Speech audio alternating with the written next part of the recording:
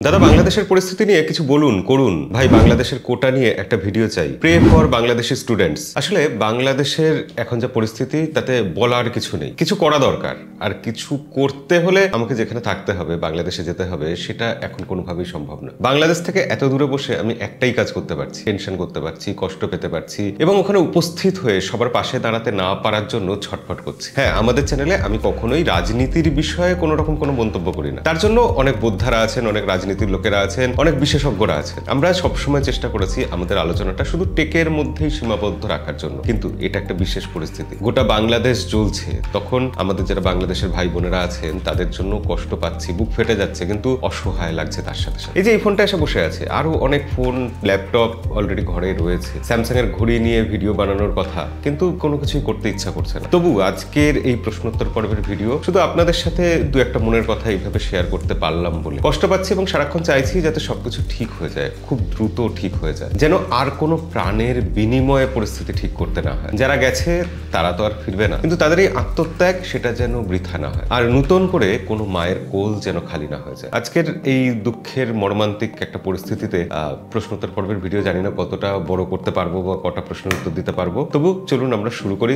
দেখি কারা কি কি প্রশ্ন করেছেন। সৌভিক ঘোষ বলছেন, এই ফোনটার চার্জিংটা বুঝলাম না, একটু যদি অন্য কোনো ভিডিওতে বিস্তারিত বলেন তাহলে ভালো হতো। আর একটা প্রশ্ন, রিয়েলমি, ডার্ট এবং ওপোর এই বুক চার্জার সম্পর্কে একটু বলবেন। আসলে Oppo company research and development করে, তারাই চার্জারের নতুন টেকনোলজি, এই ফাস্ট চার্জিং ব্যাপারটা প্রথম নিয়ে এসেছিল এবং ওই একটা ব্যাটারিকে দুটো আলাদা আলাদা ভাগ করে নিয়ে তাতে চার্জ দেওয়া হবে, তাতে ফাস্ট চার্জিং হবে, এইসব ব্যাপারগুলো ওপো করেছিল এবং ওপোর রিসার্চ অ্যান্ড ডেভেলপমেন্ট যথেষ্ট ভালো এবং সেই সুবিধাটা রিয়েলমি, ভিভো বা তাদের যা সব সাব ব্র্যান্ড বা ভাই বোনেরা আছে তারা ভোগ করছে। তো এই নিয়ে সেই সময় আমি অনেক ভিডিও বানিয়েছিলাম। তো Dart charger, VOOC charger, one প্লাসের যে চার্জার, সেই সবকিছুই ওই ওপোর বিজ্ঞানের অবদান এবং ফাস্ট চার্জিং এর টেকনোলজিতে আমার মতে এখন অব্দি তাদের থেকে বেটার কেউ নেই। ওপো রেনো 12 5G আমাদের এই ফোনটার ভিডিওতে উনি এই কমেন্টটা করেছিলেন, তো সেখানে আমি বলেছিলাম যে হ্যাঁ, ওপোর সেই বিখ্যাত চার্জার। তো এই নিয়ে পরে কখনো আবার ভিডিও করা যাবে। বি বিশ্বাস বলছেন, ফোনটা দেখতে এমন কিছু সুন্দর ইনোভেটিভ নয়, ক্যামেরা মডিউল সেই রেনো 5 এর মতোই দেখতে, এই প্রাইস রেঞ্জে এই প্রসেসর দিয়ে ফোনটা ওভার প্রাইসড ফোন, শুধু কালার আর একটু লুক চেঞ্জ করে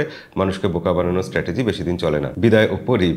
ওপোর তো খুব বেশি ফোন বিক্রি হচ্ছে না, তাদের খুব কম দামি ফোন আনছে এরকমও নয়, একদম ফ্ল্যাগশিপ ফোন আনছে। আর রেনো সিরিজটা আসলে এমনিই পপুলার, অনেকেই আছেন যারা রেনো সিরিজ পছন্দ করেন। আর এই লুকস আর ডিজাইনের ব্যাপারটা সাবজেক্টিভ, আপনার যেটা ভালো লাগছে না আরেকজনের সেটা ভালো লাগবে, আমার হয়তো সেটা কম ভালো লাগবে, পাশের জনের হয়তো একটু বেশি ভালো লাগবে, এটা নিয়ে ওরকম বলা যায় না। তবে সাধারণত ওপোর ফোন দেখতে একটু ভালো হয়, সুন্দর হয়, তারা লুকস আর ডিজাইনের দিকে নজর দেয়। আর প্রসেসরের যে কথাটা বলেছেন 100% সঠিক কথা। ওপো রেনো 12 এর প্রসেসর অবশ্যই প্রাইস অনুযায়ী কমজোরি, এবং সেটা এই ফোনে শুধু নয়, ওপো যতগুলো রেনো সিরিজের ফোন বার করেছে প্রতিটাতেই যে প্রাইসে যে প্রসেসর থাকা উচিত সেটা তারা দেয় না, এটা তাদের বিশেষত্ব। এবং তা সত্ত্বেও তাদের ফোনগুলো, এই রেনো সিরিজের ফোনগুলোর কিছু ভালো দিক আছে যেগুলোর জন্য অনেক মানুষ আছেন যারা রেনো সিরিজের ফ্যান। পারভেজ হাসান রাজু বলছেন, কার্ভ ডিসপ্লে দেওয়ার ট্রেন্ডটা বাজার থেকে কবে যাবে জানি না, অতিরিক্ত সাবধানে ব্যবহার করতে হয়, সব দামেই কার্ভ ডিসপ্লে দেওয়ার একটা প্রচেষ্টা চলছে যাতে অল্প দিনেই অসাবধানতাবশত ফোন ভেঙে যায় আর মানুষ ফোন না সারিয়ে নতুন ফোন কিনে নেয়। চাইনিজ কোম্পানিগুলো বিশেষ করে এটা করছে, তারা কার্ভ ডিসপ্লে নিয়ে আসছে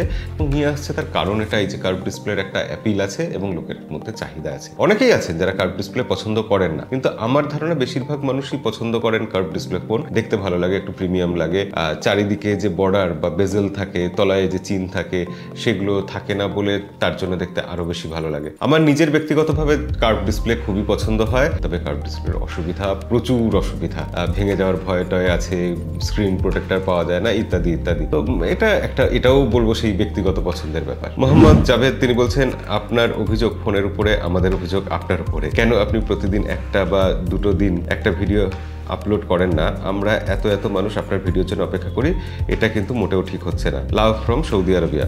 আপনার প্রতিও ভালোবাসা ভাই, কিন্তু প্রতিদিন আপলোড করি না, আমার মনে হয় একঘেয়ে হয়ে যাচ্ছে, টেকের ব্যাপারটা একঘেয়ে হয়ে যাচ্ছে। আর একটু বেটার কোয়ালিটির কন্টেন্ট দিতে হলে আজকাল যেরকম এডিটিং আগের থেকে কিছু ইমপ্রুভ করতে হয়েছে, সেই কারণে রেগুলার ভিডিও দেওয়া একটু মুশকিল হয়ে যাচ্ছে। তো একঘেয়ে একই কন্টেন্ট রোজ দেওয়ার থেকে আর এডিটিং অতটা ভালো না হওয়ার থেকে আমার মনে হয় একটু ধীরে সুস্থে ভিডিও দিলাম, একটু কোয়ালিটিটা বাড়লো, পারলো সেটাই মনে হয় বেটার, তো এই কারণেই রেগুলার দিই না। অর্পণ সেন বলছেন, দাদা আমার দুটো প্রশ্ন আছে। আপনি রবিবারের প্রশ্নোত্তর পর্বের ভিডিওর জন্য প্রশ্নগুলো কি গত রবিবারের প্রশ্নোত্তর পর্বের ভিডিও থেকে নেন নাকি যে কোনো ভিডিও থেকেই প্রশ্ন বাছাই করেন? কোনটা করেন? না, যে কোনো ভিডিও থেকে করি না। এই গত সপ্তাহে যে কটা ভিডিও এসছে তার কমেন্ট বক্স থেকেই প্রশ্ন বাছাই করি। তিনি দ্বিতীয় প্রশ্ন করেছেন, এই সময় বিএসএনএল এ শিফট করা কতটা সুবিধাজনক হবে? সুবিধাজনক তো হবে, কিন্তু শিফট করে লাভ কতটা হবে এই নিয়ে খুব সন্দেহ আছে। বিএসএনএল এর নেটওয়ার্কের খুবই সমস্যা আছে এবং বিএসএনএল এর নানা রকম সমস্যা আছে, টেকনিক্যাল ইস্যু আছে। তো সেক্ষেত্রে যতটা ভালো পরিষেবা আপনি পাচ্ছেন জিও বা এয়ারটেলে, বিএসএনএল এ অতটা ভালো পরিষেবা পাওয়া যাবে না। সস্তা হবে, এটুকু বলতে পারি, সস্তা হবে। সস্তা হওয়া ছাড়া আর খুব একটা কিছু লাভ নেই। স্পিড, ইন্টারনেটের স্পিড যেটা, সেটা খুবই কম তুলনামূলকভাবে জিও বা এয়ারটেলের থেকে। তো বিএসএনএল সস্তার জন্যই অনেকে শিফট করছেন, এটাই একমাত্র কারণ। লেটস টি প্রসেন তিনি বলছেন, দাদা আপনার ভিডিও 3 বছর থেকে দেখছি, কিন্তু আপনাকে কমেন্ট করলে কমেন্টে রিপ্লাই পাওয়া যায় না। আমি একটা ফোন নিতে চাই, এই ফোনের ভিতর কোনটা ভালো হবে? সিএমএফ ভার্সেস মোটো G85, লাভা ব্ল্যাক এক্স কেমন হবে? আমার মতে মোটো G85 বেটার হবে। আর যদি খুব এক্সপেরিমেন্টাল একটু খেলাধুলো করার জন্য ফোন নিতে চান তাহলে সিএমএফ, না হলে মোটো G85 বেটার ফোন হবে। মোহাম্মদ খাইরুল ইসলাম বলছেন, দাদা মোটোরোলা H50 ফিউশন ভালো হবে নাকি মোটো G85 ফোনটা ভালো হবে? প্লিজ জানান। মোটো H50 ফিউশন বেটার ফোন হবে G85 এর থেকে। মইনুল শিকদার বলছেন, হা স্যামসাং প্রমোট করছেন আইফোনের ক্যামেরা দিয়ে ভিডিও বানাইয়া।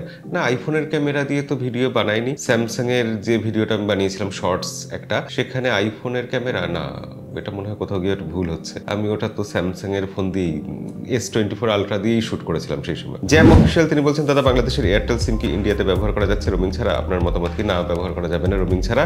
এয়ারটেল বাংলাদেশ বা ইন্ডিয়ার কোম্পানি হয়তো একই, কিন্তু দুটো সম্পূর্ণ আলাদা আলাদা ভাবে অপারেট হয়। সাকিব আহমেদ বলছেন, দাদা শুনেছি সামনে এমন একটা ব্যাটারি আসছে যেটা নাকি একবার চার্জ দিলে 50 বছর আর চার্জ দিতে হবে না। এটা সম্পর্কে একটু বিস্তারিত বলবেন কি দাদা? এরকম প্রায় শোনা যায়, নানা রকম কিছু শোনা যায় যে ফোনের ব্যাটারি চার্জই দিতে হবে না, আমাদের শরীরের টেম্পারেচার থেকে চার্জ হয়ে যাবে, গ্রাফিন ব্যাটারি, এরকম প্রচুর কিছু শোনা যায়। এগুলো সব ল্যাবে তৈরি হয়, ল্যাবে টেস্টিং হয়, কিন্তু যখনই সেই পরীক্ষাটা বাস্তব জীবনে করা হয়, যখন কমার্শিয়ালি মানে প্রচুর কোয়ান্টিটিতে তৈরি করে মার্কেটে ছাড়ার কথা আসে, তখন দেখা যায় সেগুলো ফেল করে যাচ্ছে, সেগুলো সাকসেসফুল হচ্ছে না বলে এখন অব্দি আসেনি। সাকসেসফুল হলে তো এসেই যেত। পরীক্ষামূলকভাবে অনেক কিছু হয়েছে, অনেক কিছু হবেও, কিন্তু সেগুলো আমাদের হাতে এসে পৌঁছবে কোনোদিন, এটা নিয়ে সন্দেহ আছে। অনেকে বিশ্বাস বলছেন মোবাইল ফোনের চিন বেজেল, এই দুটো শব্দের অর্থ কি আমি বুঝতে পারলাম না। তার আরো প্রশ্ন যে মোবাইল ফোনে অন্তত স্কোর কি কাজে লাগে?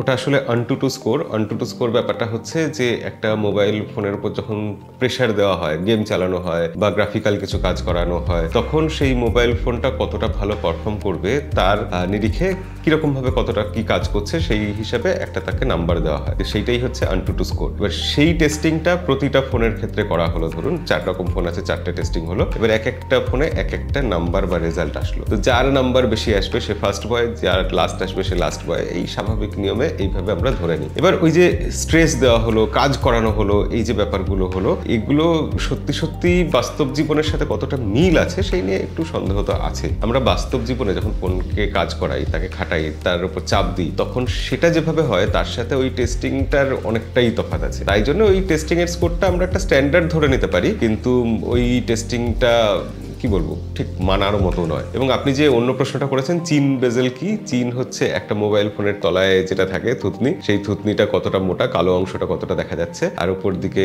ফোরহেড কতটা থাকছে, আর বেজেল হচ্ছে এই চারদিকে যে বর্ডারটা কালো, সেই কালো বর্ডারটা কতটা আছে, এটা হচ্ছে বেজেল। যাই হোক, আজকের ভিডিও আর বেশি লম্বা করবো না, ভিডিও লম্বা করতে ইচ্ছাও হচ্ছে না। ভিডিও এখানেই শেষ করি, দেখা হবে পরের ভিডিওতে। আপনারা ততদিন ভালো থাকবেন, সবাই সাবধানে থাকবেন, আর আজকের ভিডিও এখানেই শেষ করি, দেখা হবে পরের ভিডিওতে।